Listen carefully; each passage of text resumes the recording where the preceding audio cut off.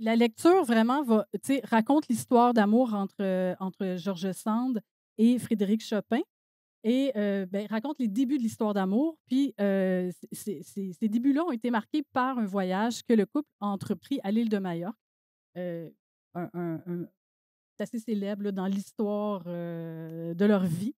Donc, voilà. Puis l'histoire est racontée majoritairement à partir des correspondances de Sand et de Chopin.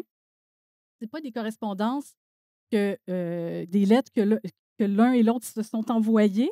La correspondance intime, elle n'existe plus. Elle aurait été détruite, semble-t-il, par, Alexandre Dumas fils, donc qui est un ami de George Sand et puis, mais c'est vraiment raconté par des lettres qu'ils ont envoyées à des amis qu'ils avaient, certains amis communs, d'autres, amis, chacun de leur côté.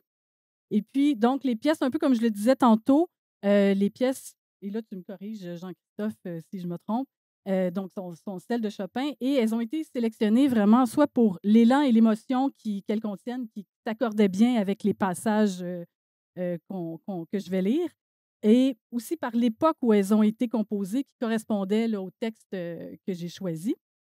Et puis, vous allez voir, la dernière pièce et le dernier texte s'accordent, vraiment parfaitement. Le dernier texte, lui, n'est pas de la correspondance, c'est vraiment un texte autobiographique de George Sand qu'elle a écrit, en 1855, donc 6 ans après la mort de Chopin et quelques années après la fin de leur relation.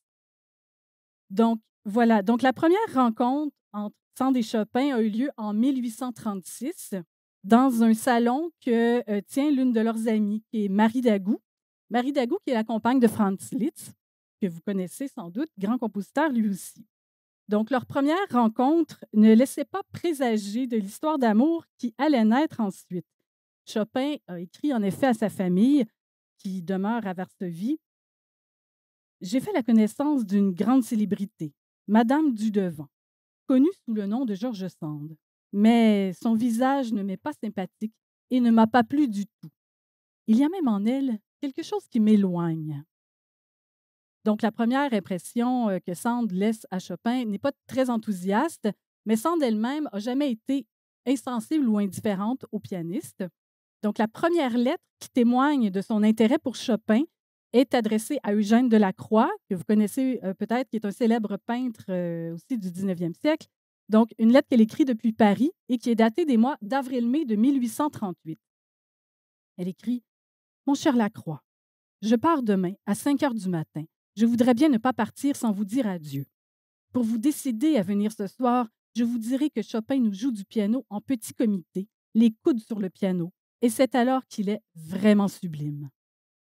Et donc, les quelques seuls mots adressés directement à Frédéric Chopin, qu'il nous reste de George Sand, datent de la même époque. Elle écrit: «On vous adore, Georges.»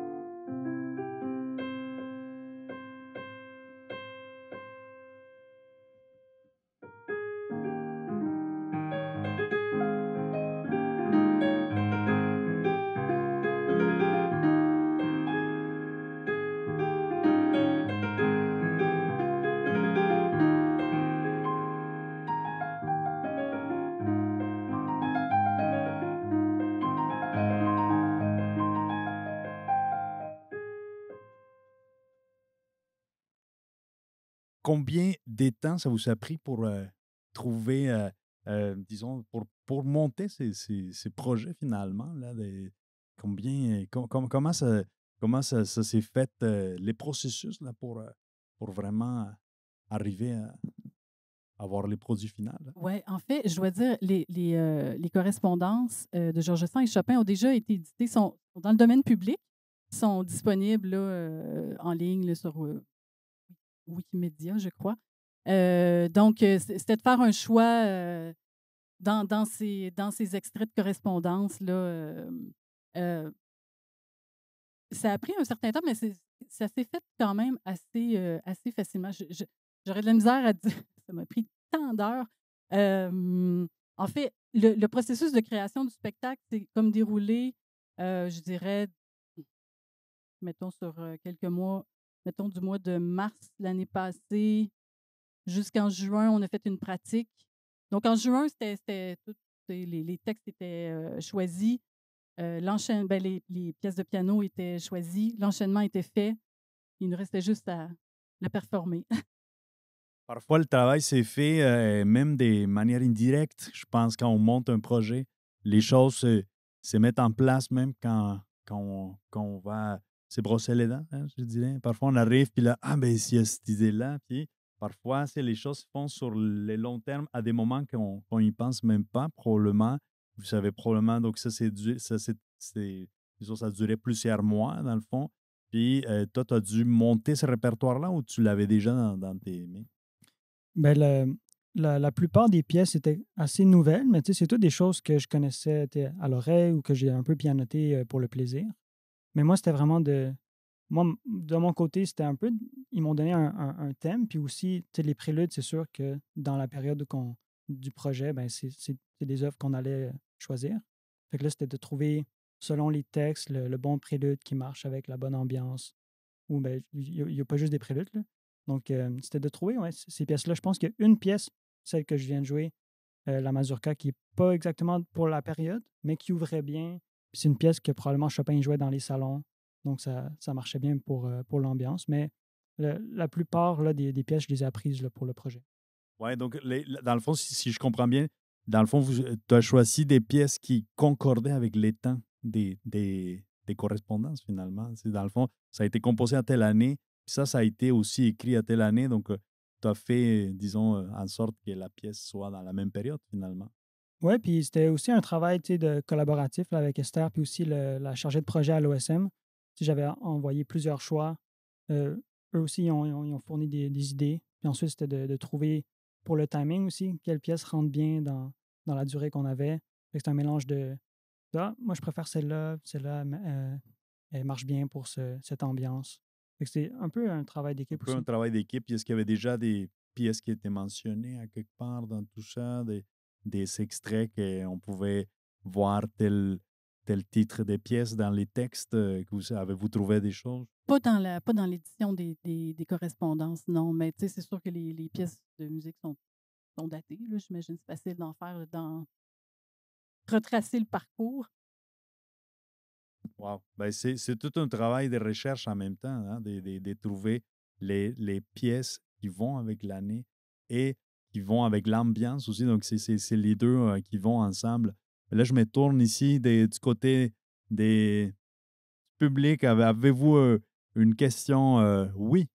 Comment vous avez choisi en fait les textes? C'était quoi vos critères de décision pour les sélectionner? Est-ce que j'avais un critère? Je me suis laissée porter par ce qui me parlait, ce qui résonnait, ce qui pouvait être intéressant dans le cadre d'une, d'une lecture comme ça. Ouais, je saurais pas être plus précise que ça. Vraiment, Le feeling, on pourrait dire. ouais, mais oui. C'est vrai qu'il y a des projets qui ont été faits aussi, on peut en retrouver sur le web. Il y a des projets qui ont été faits, en France. Vous allez voir, il y a un extrait d'une longue lettre que Sand écrit, là, je vais vous en faire juste un petit extrait, mais il y a une longue lettre où elle écrit, à un ami commun qu'ils ont, Albert Jumala, où elle est toute pleine de doutes quant à se lancer dans cette histoire d'amour-là. Puis, on en retrouve, c'est ça, il y a un petit spectacle, un peu du même type qu'on fait, qui a été fait en France. Donc ça pouvait m'inspirer, me guider dans des choix de textes, intéressants. La même chose aussi, sur radio, je ne sais pas lequel, mais en tout cas, sur Radio France ou en tout cas, une des stations radio, en France, où ils racontent leur voyage à Majorque. Là aussi, il y a quelques extraits qui ont été qui sont lus. L'histoire est racontée là, par le narrateur. Donc, ça aussi, ça pouvait m'inspirer. Mais naturellement, quand on lit les correspondances, les extraits les plus intéressants sont comme ils se détachent facilement, disons. Voilà. Ouais, puis il y a souvent, il y en a qui sont plus, disons, qui vont aller plus avec la musique, probablement. Il y en a que tu vois qu'il y a un rythme, peut-être, qu'il y a une ambiance qui est déjà qui est dégagée, qui pourrait. Oui, oui, oui, vous allez voir, c'est vraiment la dernière pièce, là, le dernier texte de Georges Sand qui porte sur le prélude à la goutte d'eau. Très, très parlant, en fait. Très parlant. Voilà. Très Il y a, bien. il y a toute une ambiance qui se répond bien là, de la pièce musicale Wow. au texte. Là, ouais.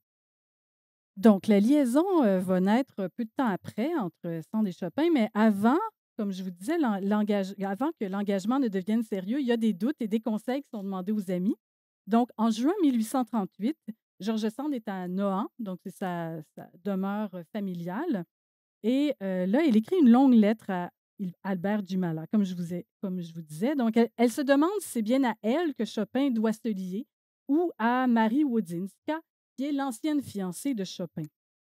Sand ignore que la relation entre Chopin et Marie Wodzinska est terminée. Donc, elle-même, Georges, en découvrant la passion qu'elle éprouve pour Chopin, alors qu'elle est elle-même déjà engagée dans une autre relation avec le précepteur de son fils, s'oblige à réfléchir à la notion de fidélité. Donc, elle écrit, et disons que Georges Sand est déjà séparé là, de son mari à ce moment-là. Donc, elle écrit « Écoutez-moi bien et répondez clairement, catégoriquement, nettement. Cette personne, donc Marie Wodzinska, qu'il veut ou croit devoir aimer, est-elle propre à faire son bonheur ou bien doit-elle augmenter ses souffrances et ses tristesses? Je demande à savoir laquelle de nous deux il faut qu'il oublie ou abandonne pour son repos, pour son bonheur, pour sa vie enfin, qui me paraît trop chancelante et trop frêle pour résister à de grandes douleurs. Jusqu'ici, j'ai été fidèle à ce que j'ai aimé, parfaitement fidèle, en ce sens que je n'ai jamais trompé personne et que je n'ai jamais cessé d'être fidèle sans de très fortes raisons. Je ne suis pas d'une nature inconstante. Je suis au contraire si habituée à aimer exclusivement qui m'aiment bien, si peu facile à m'enflammer, si habituée à vivre avec des hommes sans songer que je suis femme, que vraiment j'ai été un peu confuse et un peu consternée de l'effet que m'a produit ce petit être. Je ne suis pas encore revenue de mon étonnement et, si j'avais beaucoup d'orgueil, je serais très humiliée d'être tombée en plein dans l'infidélité du cœur au moment de ma vie où je me croyais à tout jamais calme et fixée. J'ai été envahie tout à coup, et il n'est pas dans ma nature de gouverner mon être par la raison quand l'amour s'en empare. »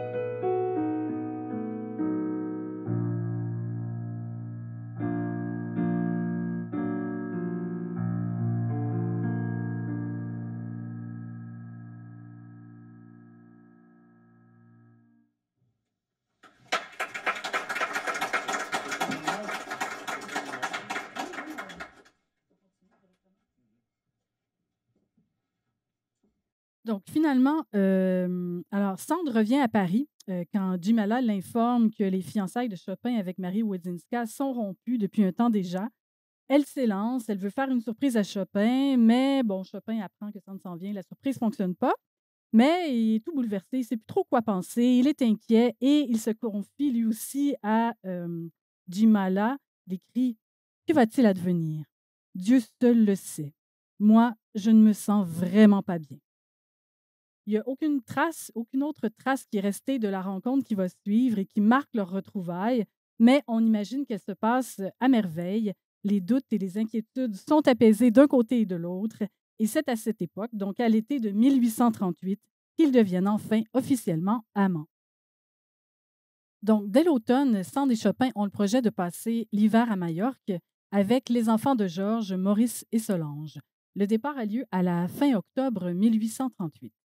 Le 14 novembre, Georges Sand écrit à la comtesse Marliani depuis Palma de Mallorca. « Cher ami, je vous écris en courant. Je quitte la ville et vais m'installer à la campagne. J'ai une jolie maison meublée, avec jardin et site magnifique. De plus, j'ai à 2 lieues de là une cellule, c'est-à-dire 3 pièces, et un jardin plein de citrons, dans la grande chartreuse de Valdemosa. Nous sommes dans le ravissement. » Ils ont toutefois un peu de peine à s'installer. Le 15 novembre, Chopin écrit à Julien Fontana, un de ses amis qui est resté à Paris, en s'extasiant lui aussi, mais il s'interroge sur le déménagement de son piano. Le ciel est de turquoise, la mer de lapis lazuli, les montagnes d'émeraude et l'air est comme au ciel. Du soleil toute la journée, la nuit, on entend des chants et le son des guitares pendant des heures entières. Le piano n'est pas encore arrivé. Par quelle voie me l'a-t-on expédié? Sand émet le souhait d'avoir des revenants, des fantômes donc, mais s'inquiète pour la santé de Chopin. En effet, le 3 décembre 1838, à Palma, Chopin écrit toujours à son ami Julien Fontana. « Mon Julien, j'ai été malade comme un chien ces 2 dernières semaines. J'avais pris froid en dépit de 18 degrés de chaleur. 3 médecins, les plus célèbres de l'île, m'ont examiné. L'un a flairé mes crachats, l'autre a frappé pour savoir d'où je crachais, le 3e m'a palpé en écoutant comment je crachais. Le premier a dit que j'allais crever, le 2e que j'étais en train de crever, le dernier que j'étais crevé déjà. C'est à grand-peine que j'ai pu échapper aux saignées. Grâce à la Providence, je suis aujourd'hui redevenu moi-même. Pourtant, ma maladie a fait tort au prélude que tu recevras Dieu sait quand.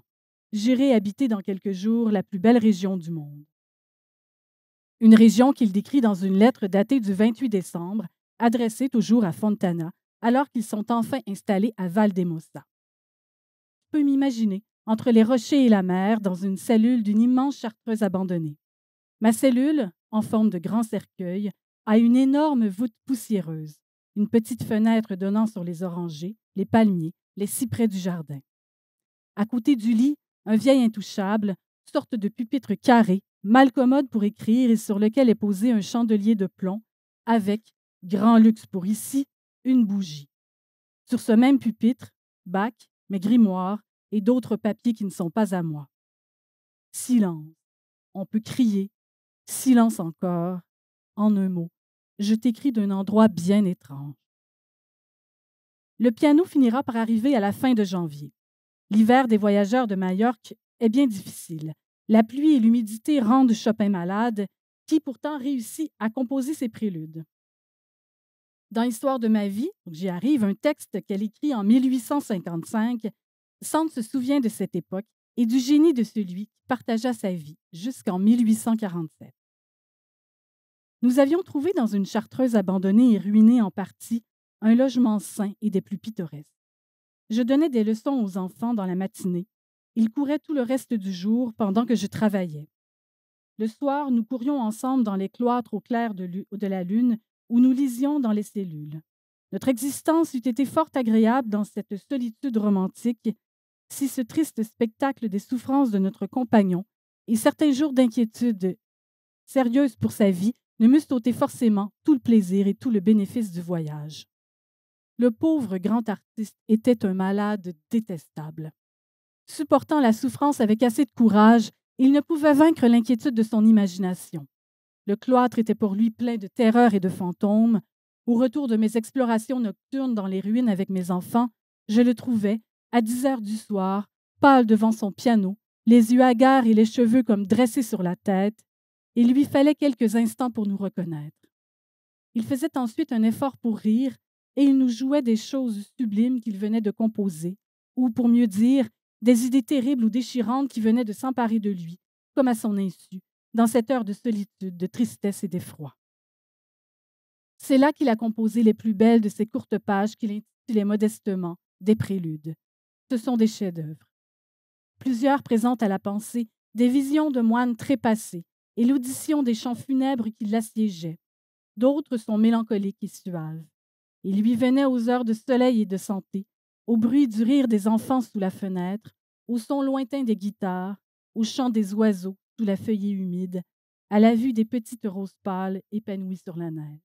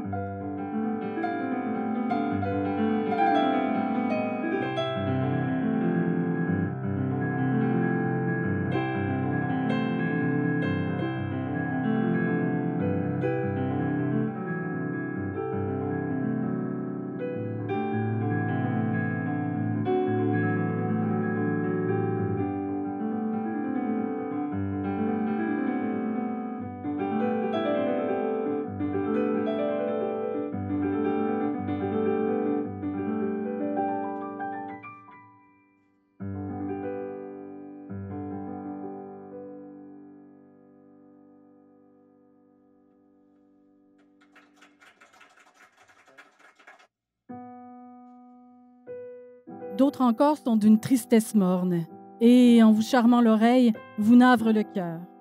Il y en a un qui lui vint par une soirée de pluie lugubre, et qui jette dans l'âme un abattement effroyable. Nous l'avions laissé bien portant ce jour-là, Maurice et moi, pour aller à Palma, acheter des objets nécessaires à notre campement. La pluie était venue, les torrents avaient débordé. Nous avions fait 3 lieues en 6 heures pour revenir au milieu de l'inondation, et nous arrivions en pleine nuit, sans chaussures. Nous nous hâtions en vue de l'inquiétude de notre malade. Elle avait été vive, mais elle s'était comme figée en une sorte de désespérance tranquille, et il jouait son admirable prélude en pleurant. En nous voyant entrer, il se leva en jetant un grand cri, puis il nous dit, d'un air égaré et d'un ton étrange, « Ah, je le savais bien que vous étiez mort! » Quand il eut repris ses esprits et qu'il vit l'état où nous étions, il fut malade du spectacle rétrospectif de nos dangers. Mais il m'avoua ensuite qu'en nous attendant, il avait vu tout cela dans un rêve et que, ne distinguant plus ce rêve de la réalité, il s'était calmé et comme assoupi en jouant du piano, persuadé qu'il était mort lui-même. Il se voyait noyé dans un lac, des gouttes d'eau pesantes et glacées lui tombaient en mesure sur la poitrine, et quand je lui fis écouter le bruit de ces gouttes d'eau, qui tombaient en effet en mesure sur le toit, il nia les avoir entendues. Il se fâcha même de ce que je traduisais par le mot d'harmonie imitative. Il protestait de toutes ses forces, et il avait raison contre la puérilité de ses imitations pour l'oreille. Son génie était plein des mystérieuses harmonies de la nature, traduites par des équivalences sublimes dans sa pensée musicale et non par une répétition servile des sons extérieurs. Sa composition de ce soir-là était bien pleine des gouttes de pluie qui résonnaient sur les tuiles sonores de la Chartreuse, mais elle s'était traduite dans son imagination et dans son chant par des larmes tombant du ciel sur son cœur.